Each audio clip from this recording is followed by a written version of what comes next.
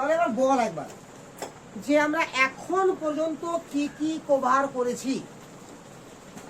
Chemical bonding এর কটা theory বলেছিলাম আমি স্টার্টিং এ? 5টা। তার মধ্যে একটা বাদ বলেছিলাম, বুঝলাম কোনটা? United atomic theory. ওটাকে ভাবতেও হবে না, ওটা বাদ দিয়ে কটা বলেছিলাম?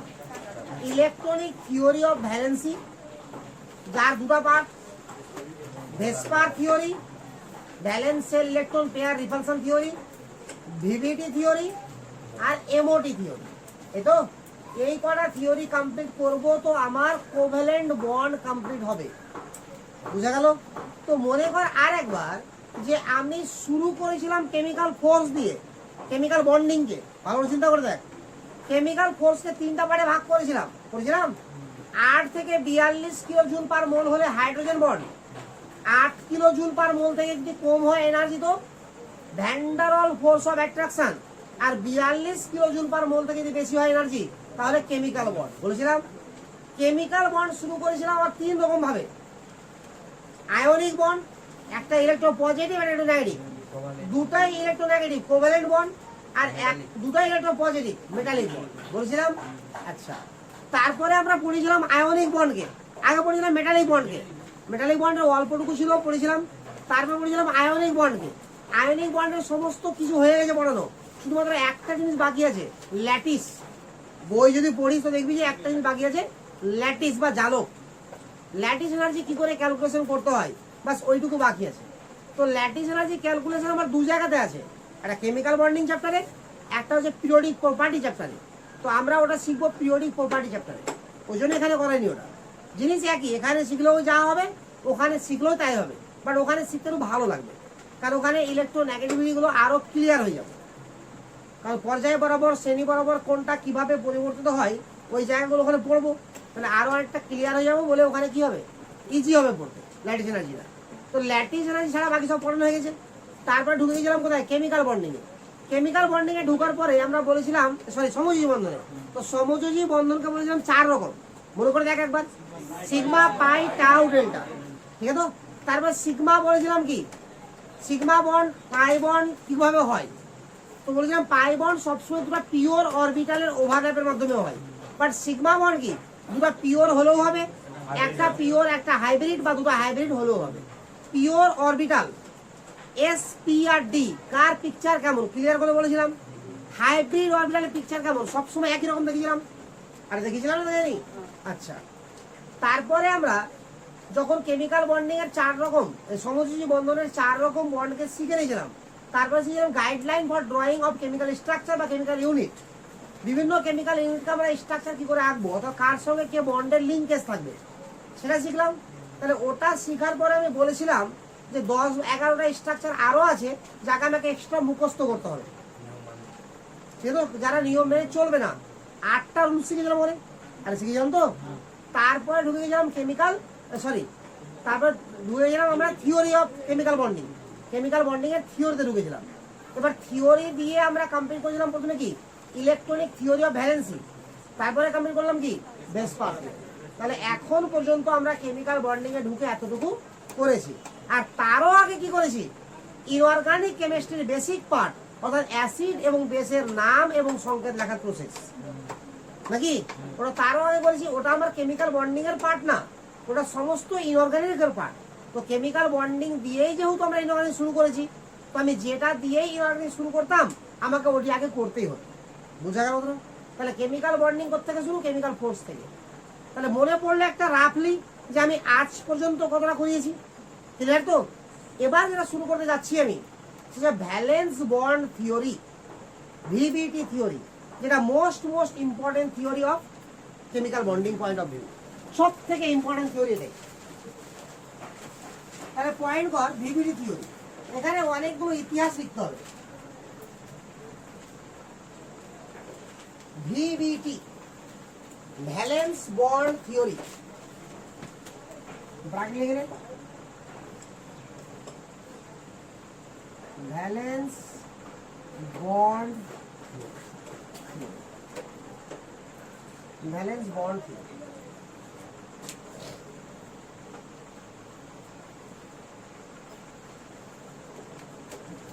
এটাও বলেছিলাম এই থিওরিটা কে দিয়েছিল? লাইনাস পাউলি। ঠিক তো মনে থাকে না নামগুলো না? ঠিক আছে আস্তে আস্তে। এবার এতবার লাইনাস পাউলির নাম নিব যে থাকতে বাধ্য হয়ে যাবে। তো লিখ ফার্স্টে নোট কর। This theory has been proposed. This theory has been proposed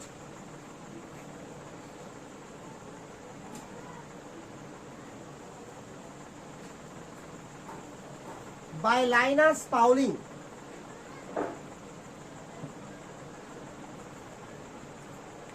This theory has been proposed by Linus Pauling and it is based on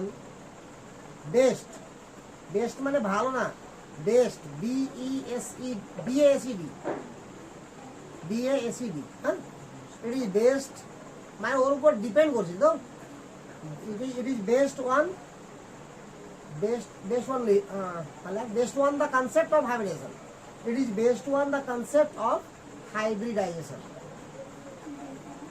It is the based on the concept of hybridization.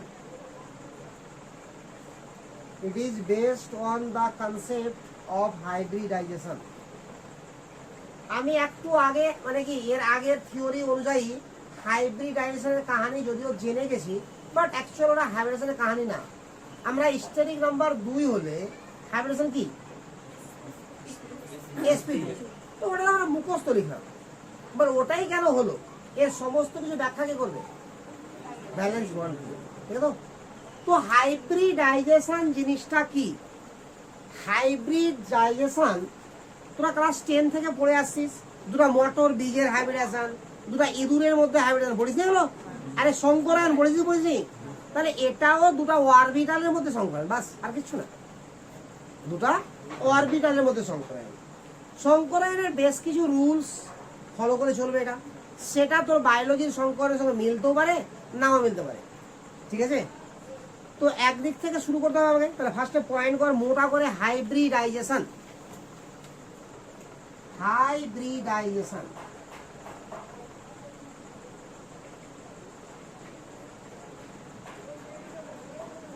বা সংকরায়ন,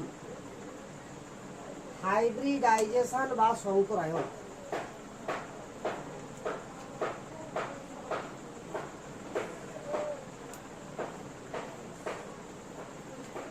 ঠিক আছে তো hybridization জিনিসটা কি আমি একদিক থেকে point লিখাবো আর বলে যাবো। ঠিক আছে তো লিখ, 1 নম্বরতে লিখ, hybridization is the phenomena, hybridization is the phenomena. Phenomena বানান জানিস? Phenomena মানে বৈশিষ্ট্য, phenomenon পড়তে হয় phenomena। Hybridization is the phenomena of mixing. Hybridization is the phenomena of mixing of pure atomic orbital,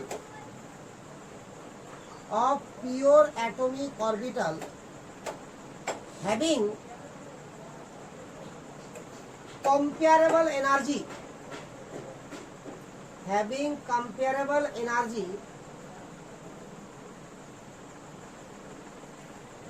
or nearly same energy, having comparable energy or nearly same energy. আমি মানে clear করে বলছি,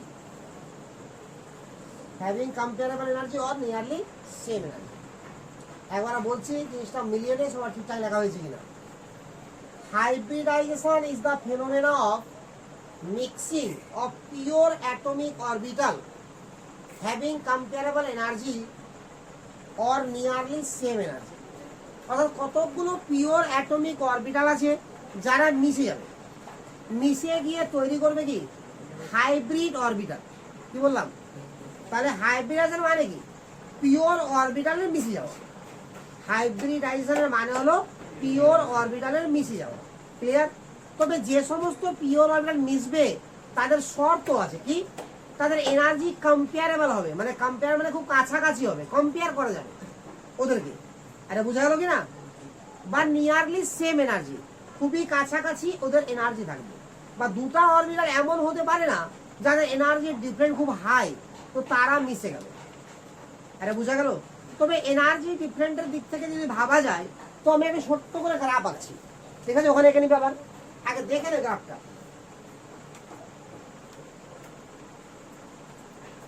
energy ডিফারেন্টটা কেমন হয়ে যাবে যদি এটা আমার কে অরবিট হয়, ঠিক আছে? কে এবার আমার এনার্জি আছে, ঠিক আছে? তো এখানে দিলাম আমরা এল,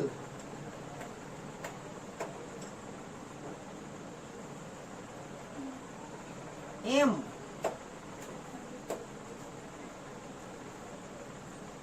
এন। কি বুঝতে পারছিস?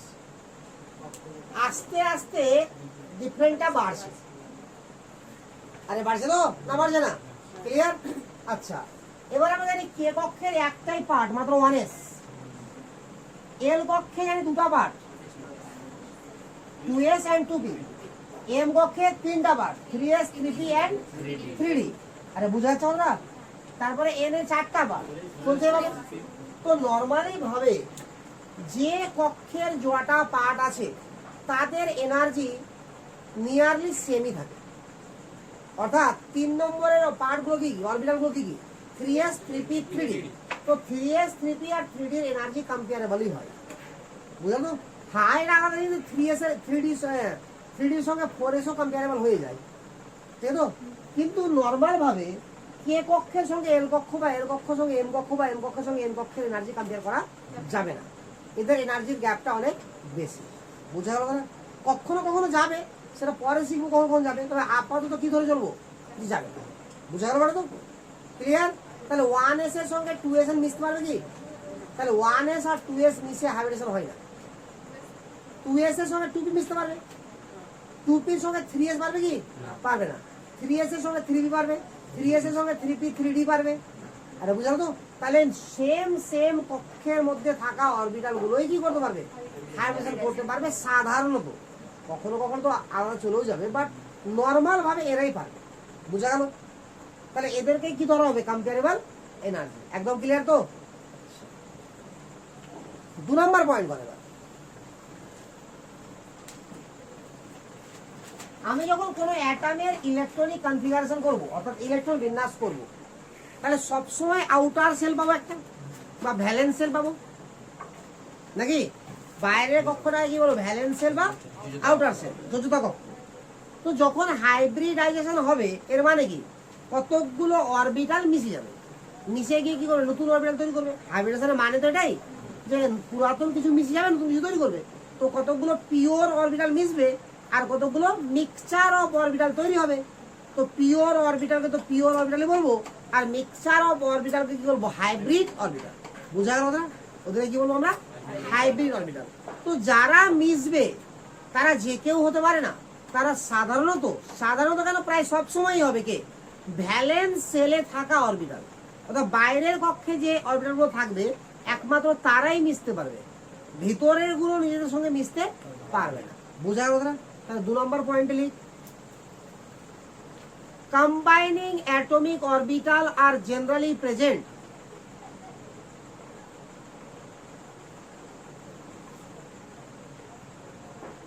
combining atomic orbital are generally present combining atomic orbital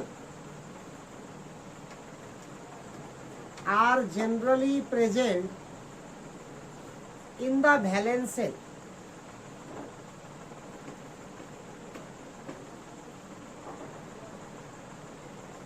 Generally present in the valence shell. আরে হয়েছে? বুঝা গেছে মানেটা না বুঝাইনি? 3 নম্বর লিখ, number of produced hybrid orbital, number of produced hybrid orbital is equal to the number of combining number of produced hybrid orbital is equal to, মানে সমান, বুঝতে পারবেন, ইজিক্যাল টু বলা হয়, এটাকে ইজ ইকুয়াল টু করতে হয়, is equal to the number of combining pure atomic orbital, number of combining pure atomic orbital,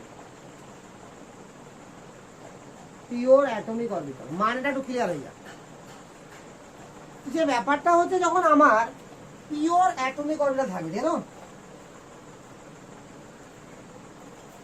এটা একটা পিওর পি অরবিটাল, এটা আর একটা পিওর কি পি অরবিটাল, দুটো যদি একসঙ্গে মিশে যায়, ঠিক তো, তাহলে আমার যেটা ওভারল্যাপ হবে এরকম হবে, সাইড ওয়েজ ওভারল্যাপ না, তাহলে এই ওভারল্যাপটা কি বলা হয়, পাই বন্ড, ঠিক তো। আর পাই বন্ড অনেক দুর্বল হয়, এর ওভারল্যাপ অনেক কম হয়, দেখে মনে হচ্ছে পিকচারে অনেক বেশি আছে, এরপরে যখন দেখাবো তখন বুঝতে পারবি যেটা অনেক কম আছে, কার থেকে, সিগমা বন্ড থেকে। তো এভাবে হলো, তাহলে কটা অরবিটাল ছিল আর উৎপন্ন করা হলো, এটা তো একটাই গেল, কিন্তু আমি বললাম কি যটা মিশবে তটা তৈরি হবে, অর্থাৎ number of produced hybrid orbital, number of produced hybrid orbital is equal to number of combining pure orbital. তো এই কারণে ভালো করে মনে কর যে আমি শিখেছিলাম প্লাস মাইনাস, মনে পড়ছে, সেম ফেজে কি হবে, কনস্ট্রাকটিভ ইন্টারফিয়ারেন্স, আর ডিফারেন্ট ফেজে কি হবে, ডিস্ট্রাকটিভ ইন্টারফিয়ারেন্স। কনস্ট্রাকটিভ ইন্টারফিয়ারেন্স হলে বন্ড হবে, আর ডিস্ট্রাকটিভ হলে হবে না, বাট ওখানেও বন্ড হয়, বাট ওটাকে বলা হয় অ্যান্টি বন্ড, ঠিক আছে। তো আপাতত কিছু দেওয়া নাই, এর মানে আমাকে ধরে নিতে হবে কি একবার কনস্ট্রাকটিভ আছে আর একবার ডিস্ট্রাকটিভ আছে।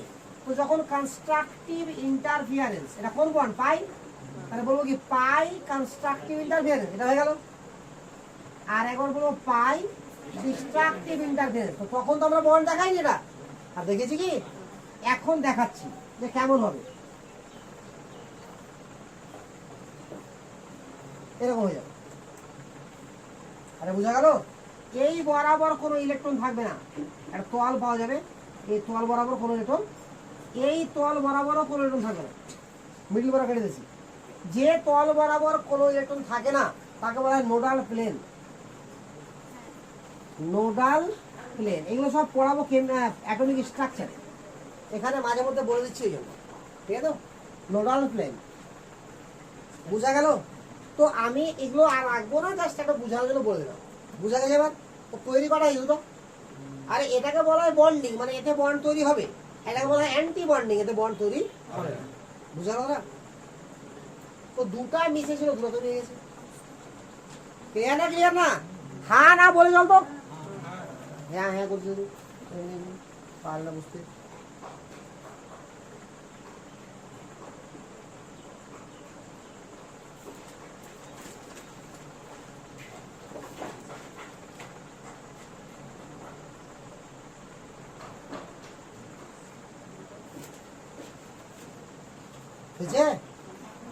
হয়নি, আচ্ছা। এবার ধর 4 নম্বর পয়েন্ট লিখার আগে, লিখে কেন ভাই, মানে পয়েন্ট তো কর, আমি দেখাচ্ছি। ধরে নে এরা মিশবে, এখানে 2s আছে আর এখানে 2p আছে, মিশে অরবিটাল, নট ইলেকট্রন, কে মিশবে, অরবিটাল। ইলেকট্রন বেশি হতে পারে, কম হতে পারে, বুঝা তো। তো সাপোজ আমি ধরে নিলাম এখানে দুটো ইলেকট্রন আছে, এখানে এটা, এটা আর এটা আছে, এরকম অবস্থা আছে। তো এই কটা মিশলো, ওটা আমি পরে বুঝে যাবো যে কটা মিশবে, বাট আপাতত আমি বলে দিলাম মুখে যে এই কটা মিশে গেল। তাহলে ইন্টার মিক্সিং বলা হলো ফার্স্টে, স্টার্টিং বলেছিলাম, it is the hybridization is the phenomenon of concept of mixing, আরে বলেছিলাম না, of pure atomic orbital having comparable energy or nearly same energy। তাহলে কম্পারেবল এনার্জি তো আছে পিএসটিতে, তাহলে এরা কি হয়ে গেল, মিশে গেল। তার এখানে বলছি মিক্সিং, মিক্সিং অর হাইব্রিডাইজেশন, মিক্সিংটার নামই কিন্তু হাইব্রিডাইজেশন। বিরক্তি লাগছে না গেল পড়তে, তো মিশে গেল না? তো মিশে যাওয়ার পর দেখ যেটা মিশে নেই তার এনার্জি যা লেভেলে ছিল তাই আছে, ও তো মিশে নেই। আরে বুঝা গেল? বাট এরা যে মিশে গেছে এদের এনার্জি এভারেজ হয়ে যাবে। আরে কথা বুঝতে পারলি তো? ধরে নে এর এনার্জিটা E1 আর এর এনার্জিটা E2, তাহলে এটা আমার E2, আরে বুঝা গেল তো? আর এটা ধরলাম আমি E1, চুপচাপ থাক। তাহলে একটা অরবিটাল আছে E1 এর আর দুটা অরবিটাল আছে E2 এর, তাহলে মিশে গেল। তাহলে মোট এনার্জি কত হলো? E1 প্লাস 2E2, আর 3 ভাগে ভাগ হয়ে গেল। তাহলে কত হলো energy? E1 plus 2E2 by 3। আরে বুঝা গেল? ওটাও লিখাও পয়েন্ট করে আলাদা করে। তো ধরে নিই এরকম পজিশনে আসলো, বুঝা গেল? এটি মিশে গিয়ে হয়ে গেল এই পজিশন। একদম ক্লিয়ার না? ক্লিয়ার না? তো এটার এনার্জিটা লিখে দিলাম আমি, কত হবে এটা? E1 plus 2E2 by 3। Clear না? ক্লিয়ার না? ক্লিয়ার তো? তো এখানে মিশেছে কে? একটা S আর দুটা P বলে তিনটাকে বলা হবে sp2 হাইব্রিড অরবিটাল। আরে বুঝা গেল? কারণ মিশলো কে? একটা S আর দুটা P। তো যে হাইব্রিড অরবিটাল তৈরি হলো তাদের এনার্জি কি আছে? ইকুয়াল। আর বুঝলো?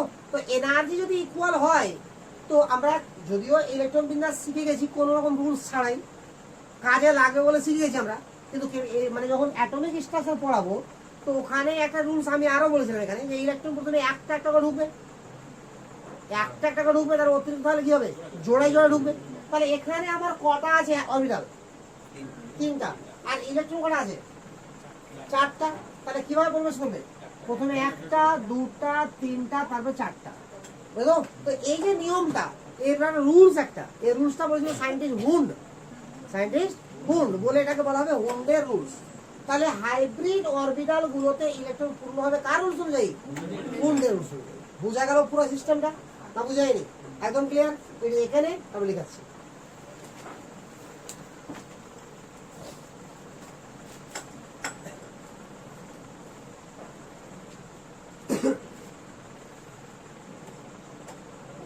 তোদের মধ্যে আলামিনা কে ভর্তি হলি? তুই হয়েছিস? আর তুই? আর তোদের মধ্যে কেউ? সেদের মধ্যে আর কেউ না? কে রে?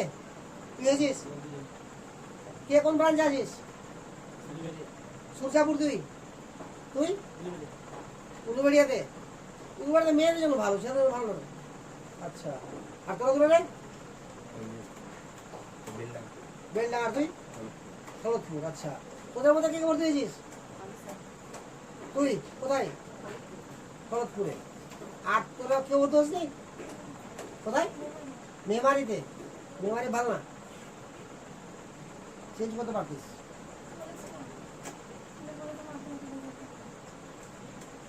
মাধ্যমিকের জন্য পাগল পেয়ে যায় নাকি? মেয়েদের জন্য হলে ভালো হচ্ছে উলুবেড়িয়া।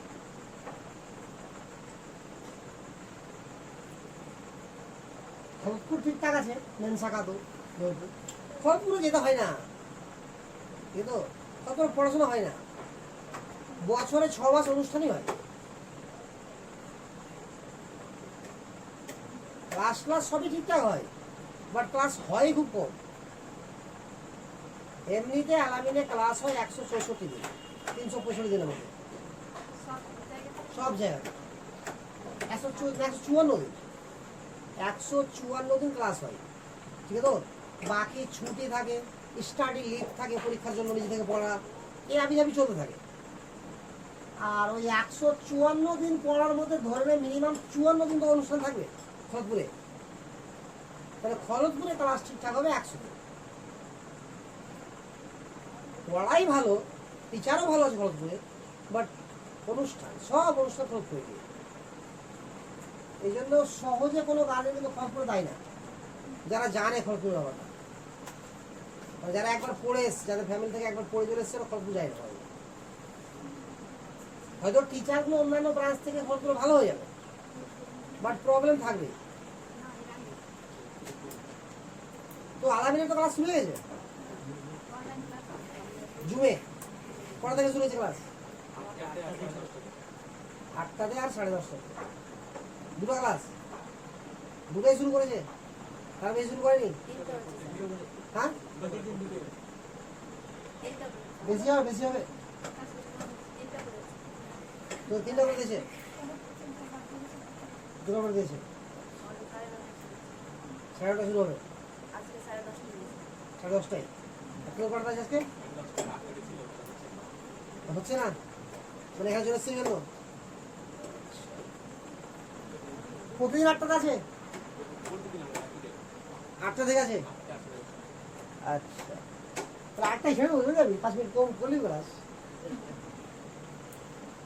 আচ্ছা দেখ না, ক্লাস সবই করা উচিত না, বাদ দিলে হবে? ওরা যেটা পড়াচ্ছে যদি ফালতু পড়াচ্ছে নাকি, ভালোই পড়াবে। আচ্ছা এতটুকু হয়ে গেছে, এবার পয়েন্টটা লিখ ভাষাতে। all produced hybrid orbital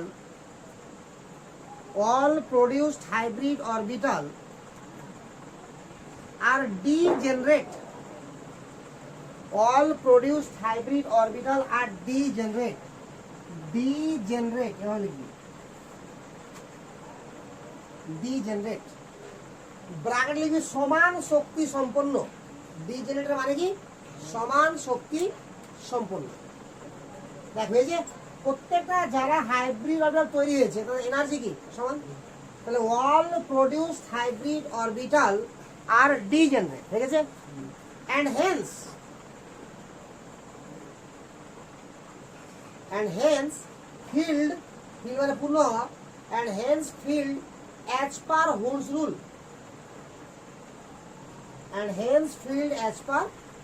এই কারণে হোলস রুলের নিয়ম মেনে পরিপূর্ণ হচ্ছে।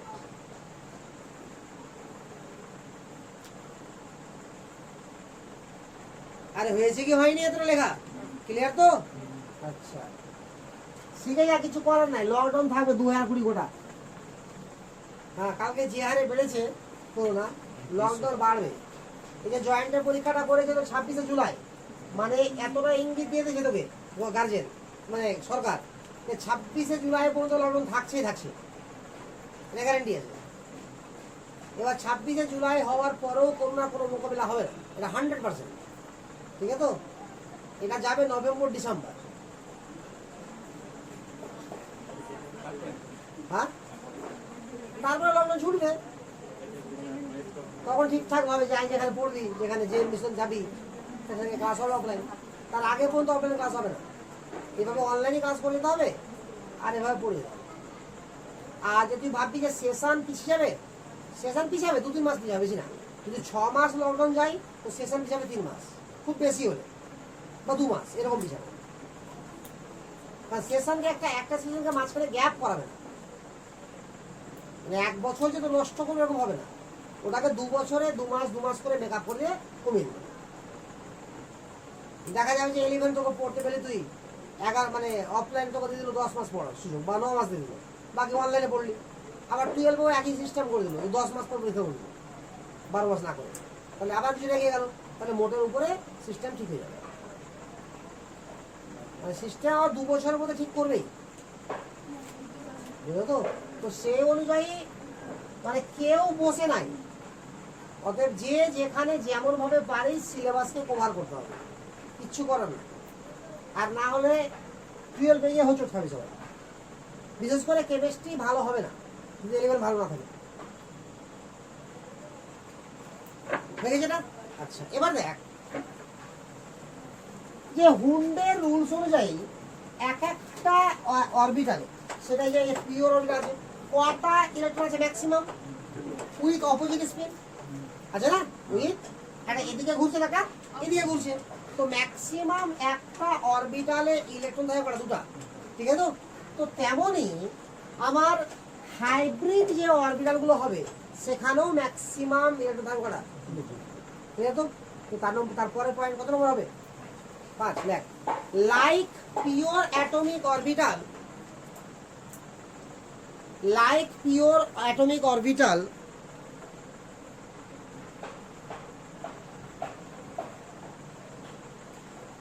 a hybrid orbital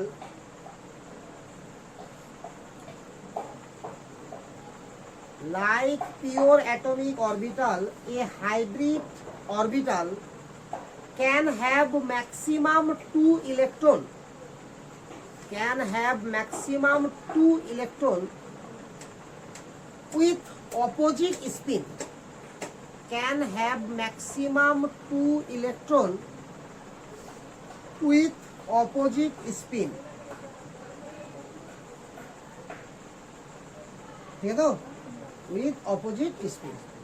এটা বলেছিল পরমাণুর গঠন যখন পড়াবো তো এই নামটা আসবে পাউলি, পাউলি এক্সক্লুশন প্রিন্সিপাল বা পাউলির অপবর্জন নীতি।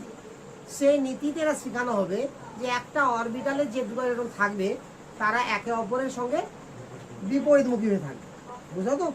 তো এটা পাউলির অপবর্জন নীতি যখন পড়াবো তখন শেখাবো। ওই কারণে আমি কেমিক্যাল বন্ডিং আগে শুরু করেছি পড়ানো, শুধু ইলেকট্রোবিনটা শেষ করার পরে। মানে এটা এমনই একটা চ্যাপ্টার যে এই চ্যাপ্টার শেষ করার পরে প্রত্যেক চ্যাপ্টার ইজি লাগবে পড়তে। সমস্ত চ্যাপ্টার, গোটা কেমিস্ট্রি, শুধু 11 না, পুরো 12 সব জায়গাতে এই চ্যাপ্টার লাগবে বলে এই চ্যাপ্টারের আমি কিচ্ছু রাখবো না বাকি, ডিটেলসে ফুললি পড়ে যাচ্ছি। এরকম ভাবলে কিন্তু মুশকিলে পড়ে যাবো যে তোর বইয়ের সঙ্গে মিলছে না, ঠিক আছে তো? বইয়ের সঙ্গে তো মিলবেই, তবে বইয়ে যেটুকু লেখা আছে প্রায় তার 3 গুণ বেশি পড়াচ্ছেন এখানে। আর এতটা জানার পরে তুই দেখবি যে ইনঅর্গানিক কেমিস্ট্রি কতটা ইজি হয়ে যায়। বিশেষ করে ব্লক কেমিস্ট্রি বলে একটা পার্ট আছে এবং অনেকগুলো চ্যাপ্টার আছে ওখানে ব্লক কেমিস্ট্রিতে। এস ব্লকের 2টা চ্যাপ্টার, পি ব্লকের 6টা চ্যাপ্টার, ডি ব্লকের 1টা চ্যাপ্টার। কিন্তু মোটের উপরে তো কলেজ হল বলে 9টা চ্যাপ্টার আছে 11 এবং 12 নিয়ে। ওই 9টা চ্যাপ্টার হয় মুখস্থ করতে হবে, আর কেমিক্যাল বন্ডিংটাকে ভালো করে বুঝতে হবে।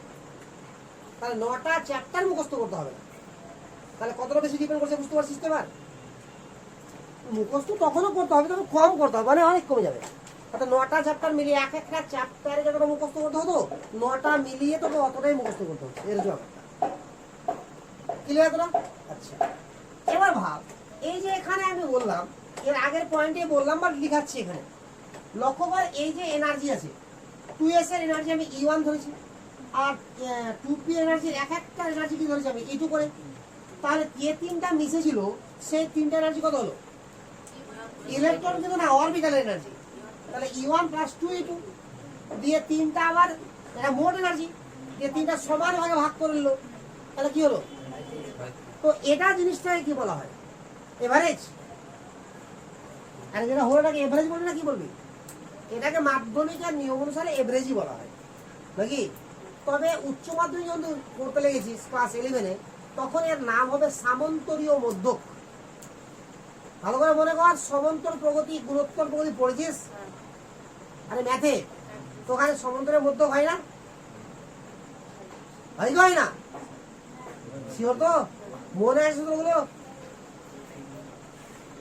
আরে যে কোনো পরপর 3টা পদের মধ্যে প্রান্ত 2টার পদের যোগফলের অর্ধেক হবে মিডিলের পদ, এটাই হবে সমুদ্রের মধ্যক, বুঝা গেল তো? তো ওইটা নিয়ম ফলো করেই এটা বের করা হয়েছে, ওই নিয়মটা ফলো করেই এটা বের করা হবে, বুঝা গেল না? তাহলে কি বলবো? অ্যারিথমেটিক মিডিয়াম, ঠিক আছে? তাহলে লিখ এবার কত নম্বর হবে বল? 6 number. Energy of produced hybrid orbital, energy of produced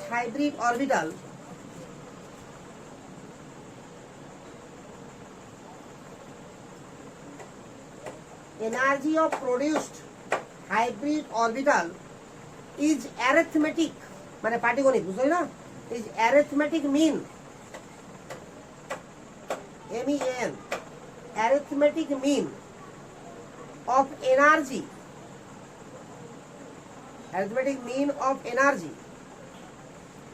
of combining pure atomic orbital, arithmetic mean of energy of combining pure atomic orbital।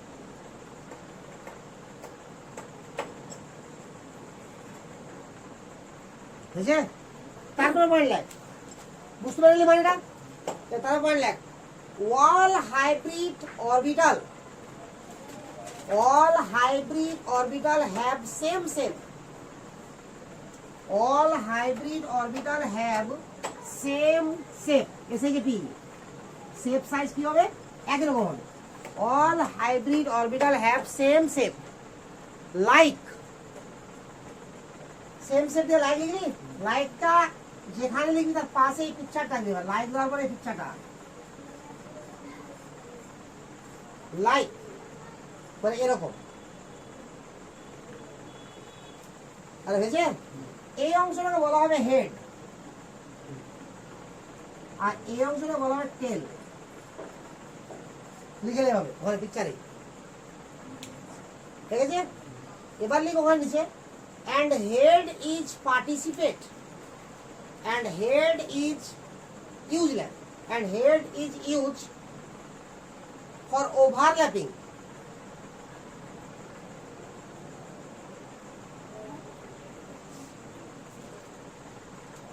and head is used for overlapping in other orbital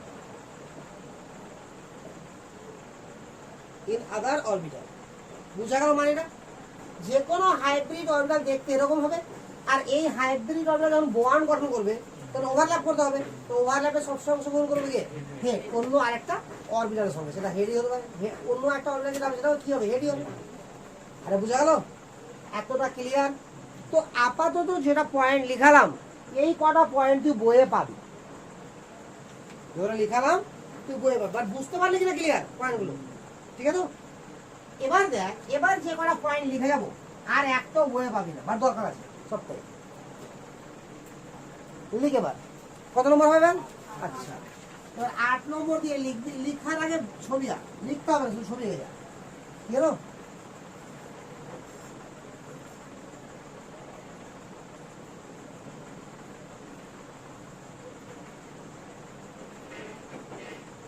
এটা একটা hybrid orbital তাহলে এই লাইনটাকে আমরা কি বলবো বল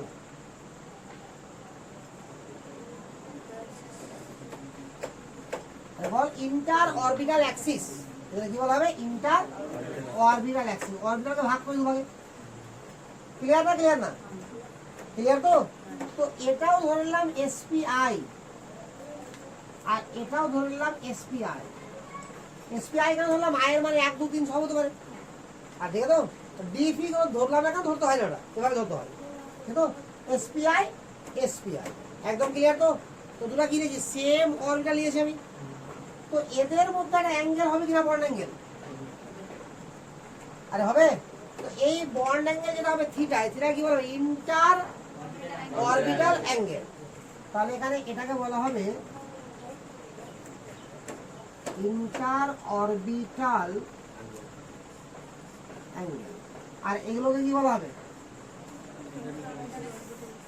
inter orbital Axis একদম clear তো এখানে আমার হবে এটা মেরে চলতে হবে তোকে cos থিটা সমান -1/i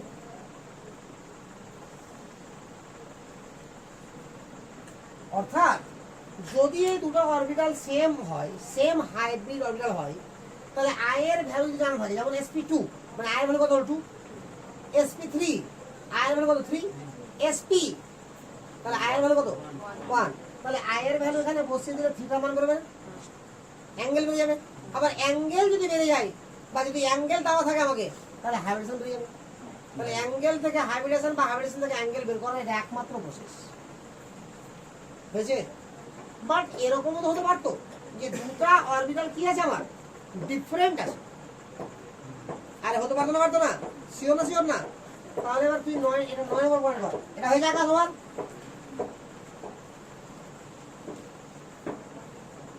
সবার হয়েছে রে এবার এটাকে আমি 9 নম্বর করে দিলাম তোকে আঁকতে হবে আবার এবার আমি এখানে লিখলাম এসপিআই আর এসপিআই ড্যাশ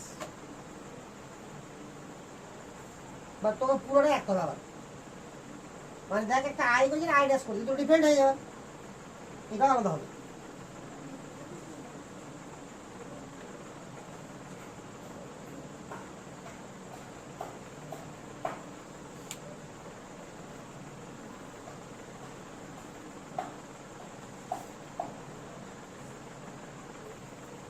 হয়েছে এখানে আমার cos থিটা হবে মাইনাস তোমার মানে হবে 1/√of I into I dash, 1/√of I into I dash। আরে হয়েছে কি হবে লেখ, আর পরের পয়েন্ট কর।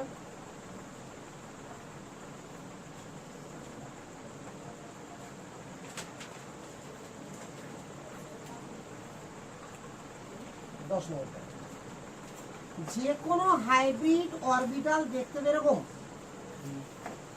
ক্লিয়ার না ক্লিয়ার না? তো ধরে নিলাম এই হাইব্রিড অরবিটাল নাম হচ্ছে এসপিআই। তার মানে কি এখানে একটা এস আর পি সংখ্যক আই মিশে গেছে। আর sp2 এর মিনিংস কি? একটা এস আর দুটো পি। sp3 এর মিনিংস কি? এই তো মিশেছে। তো spi এর মিনিংস কি হবে? তাহলে এর মধ্যে কি এস ক্যারেক্টারও আছে আর পি ক্যারেক্টারও আছে। তাহলে আমরা লিখবো এখানে এভাবে এফ এস, এটা লেখা হয় ফ্র্যাকশন অফ এস ক্যারেক্টার। এটা মানে কি? Fraction of S character. কখনো কখনো এটাকে এস দিয়ে দেওয়া হয়। তো ফ্র্যাকশন অফ এস ক্যারেক্টার, কতটা এস ক্যারেক্টার আছে দেখেন। এস আছে কটা? একটা। আর মোট অরবিটাল কটা? 1 প্লাস আই। না বুঝতে পারলি না? আরে মোট অরবিটাল কটা আছে? একটা এস আর পি সংখ্যক আই সংখ্যক পি নাকি? তাহলে 1 প্লাস আই আছে মোট অরবিটাল, তার মধ্যে এস কটা আছে? একটা। তো fraction of P, fraction of P character, এটা কারণ পি তে লিখা হয় কত হবে তাহলে বল? I by 1 plus I. একে পার্সেন্ট 100 দিয়ে গুণ করলে কি বেরোবে? এটা ভগ্নাংশ বেরোচ্ছে, আর 100 দিয়ে গুণ করলে পার্সেন্ট বেরিয়ে যাবে।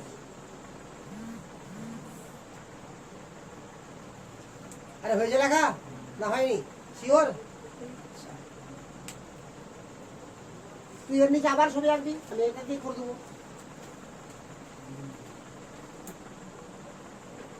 এটা লেখা হয়েছে সবার? ক্লিয়ার যতটুকু না ক্লিয়ার না বল?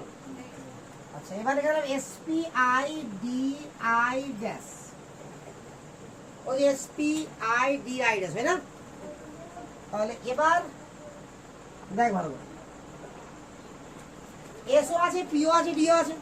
তাহলে এস ক্যারেক্টার কত হবে বল এবার? এস আছে কটা? একটা। আর মোট কটা আছে? 1 plus I plus I dash. P কটা আছে? আই সংখ্যক। মোট কত? 1 plus I plus I dash. তাহলে ফ্র্যাকশন অফ ডি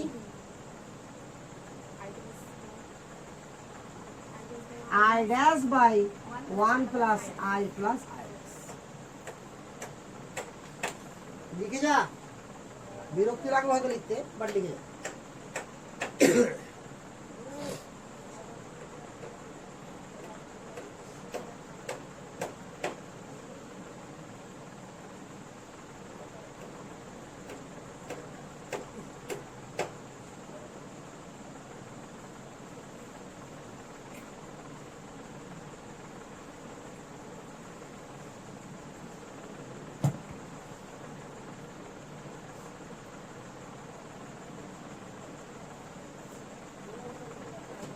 আরে হয়েছে না হয়নি?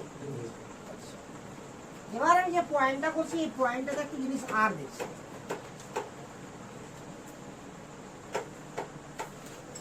আমার সব থেকে বেশি বেশি যে হাইড্রোজেনটা কাজে লাগবে সেটা তিনটা, এসপি, sp2, sp3, ঠিক আছে? তাহলে একদিকে ভাব আগে এসপি যখন নিলাম, এখান থেকে বল ফ্র্যাকশন অফ এস ক্যারেক্টার কত? 1/2। না বুঝা গেল না? তাহলে 1/2 মানে 0.5। বন্ড অ্যাঙ্গেল কত? 180 ডিগ্রি। ক্লিয়ার? এটা পয়েন্ট নাম্বার 11। sp2 যখন লিখছি আমরা তো 12 হবে? 12 যাবে না? 12ই করবে। আরে ওটা একটা পয়েন্ট ছিল, ফ্র্যাকশন অফ যে এস ক্যারেক্টার দুটাকে দুভাগে ভাগ করেছিস না, ওটা একটাই পয়েন্ট। দু রকম হতে পারে না অরবিটাল আমার। এটা 11 হবে, ঠিক আছে। তো এখানে এস ক্যারেক্টার কত বল? 1/3। মানে 0.33 আর থিটা কত বল 120। এখন বিশুদ্ধ অবস্থায় ভাববি সবসময় pure. sp3 fraction of s কত 1/4 সমান 0.25 থিটা কত 109 ডিগ্রি 28 মিনিট। তাহলে একদিক থেকে দেখ এস ক্যারেক্টার, এবার দেখ এদিক থেকে এদিকে যাচ্ছি তো কি দেখতে পাচ্ছি আমরা এস ক্যারেক্টার আস্তে আস্তে কি হচ্ছে বাড়ছে, আর থিটাও কি হচ্ছে, তাহলে এস ক্যারেক্টারও বাড়ছে থিটাও বাড়ছে। ক্লিয়ার না? ক্লিয়ার না? তাহলে গ্রাফে লিখবো এবার, এটি মিলাবো আমি পুরো তার নিচে গ্রাফ করবি, আমি মিটিয়ে দিব, মিটে দিলাম।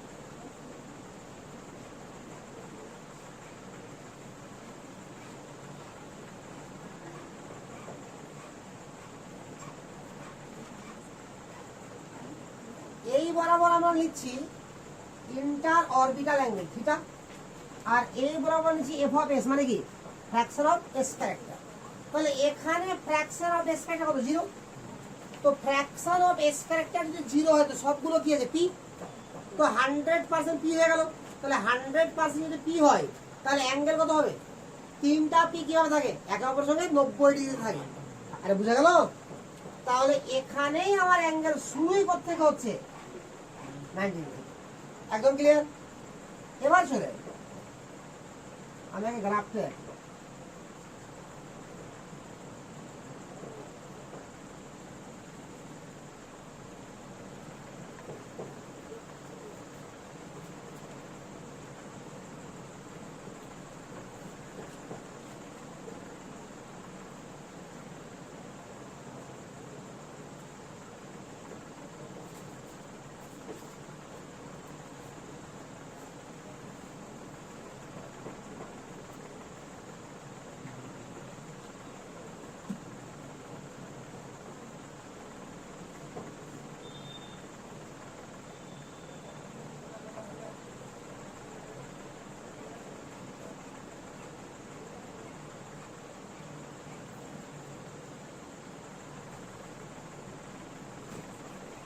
দেখ, এখানে বন্ড অ্যাঙ্গেল হচ্ছে আমার 109 ডিগ্রি 28 মিনিট, 120 ডিগ্রি 180, আস্তে আস্তে বাড়ছে বন্ড অ্যাঙ্গেল।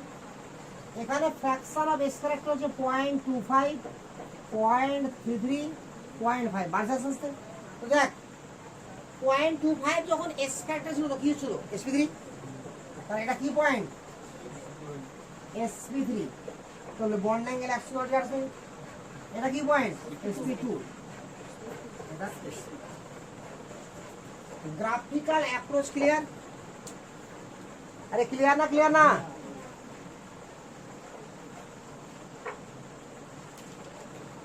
হয়ে গেছে? তাহলে এবার আমাকে এক একটা করে মলিকুল ধরে এই হাইব্রিডাইজেশনটা ব্যাখ্যা করতে হবে। ওটা লাইনাস পাউলি কিভাবে ব্যাখ্যা করেছে, বোঝা গেল তারা? তাহলে আজকে এতটুকু থাক এই পয়েন্ট পর্যন্ত, ঠিক আছে? এবার মলিকুল ধরে ব্যাখ্যা করতে হবে আমাকে।